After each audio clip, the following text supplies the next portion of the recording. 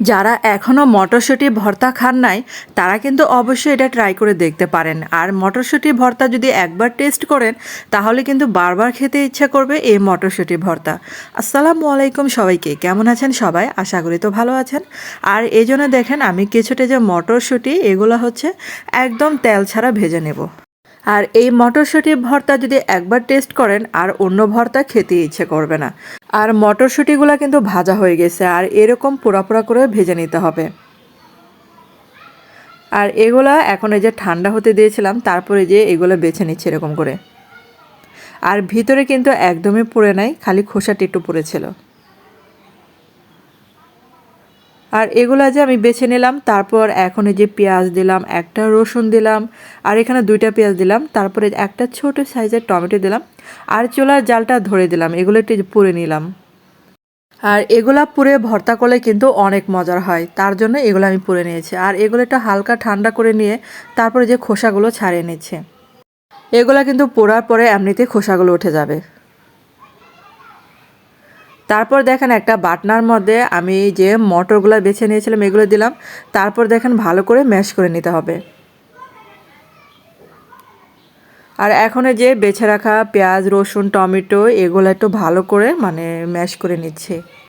আর এগুলা যেহেতু সব কিছু পুড়ে নিয়েছি, এগুলো কিন্তু বেশি শক্ত থাকে না, নরমই থাকে।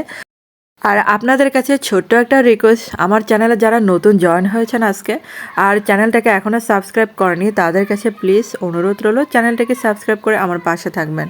আর আমার রান্নার ভিডিও যদি প্রতিদিন দেখতে চান তাহলে সাথে যে একটা বেল বাটন আছে সেটা অন করে রেখে দেবেন, তাহলে আমি যখনই কোনো ভিডিও আপলোড দিব তখনই নোটিফিকেশন চলে যাবে আপনাদের কাছে। আর এখন এই যে কিছুটা শুকনা মরিচ, তারপরে যে লবণ, এগুলা এখন এই যে গুঁড়ো করে নিচ্ছি। আর আমাদের বাসায় যখন এই ভর্তাটা বানিয়ে খাওয়ালাম, বাসায় সবাই অনেক ফ্যান হয়ে গেল এই মটরের ভর্তাটা জন্য। তারপর এখন এই যে একটা পেঁয়াজ কুচি করে দিলাম, কাঁচা পেঁয়াজ, আর কিছুটা ধনেপাতা কুচি দিলাম। এখন সবগুলো একসাথে বাটনার মধ্যে ম্যাশ করে নিচ্ছি আমি। আপনারা অবশ্যই একবার হলেও এই মটরের ভর্তাটা করে খেতে পারেন। আর সরিষার তেল তো লাগবেই, ভর্তা যেহেতু একটু সরিষার তেল দিয়ে দিলাম উপর দিয়ে।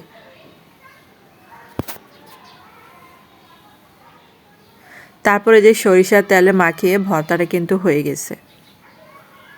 তো আপনাদের কাছে কেমন লাগলো অবশ্যই কিন্তু কমেন্ট করবেন। আর আমার এই রেসিপি দেখে যদি আপনারা বানান এই মটরের ভর্তাটা, অবশ্যই কিন্তু কমেন্ট করবেন যে আপনাদের কাছে কেমন লাগলো এই ভর্তাটা।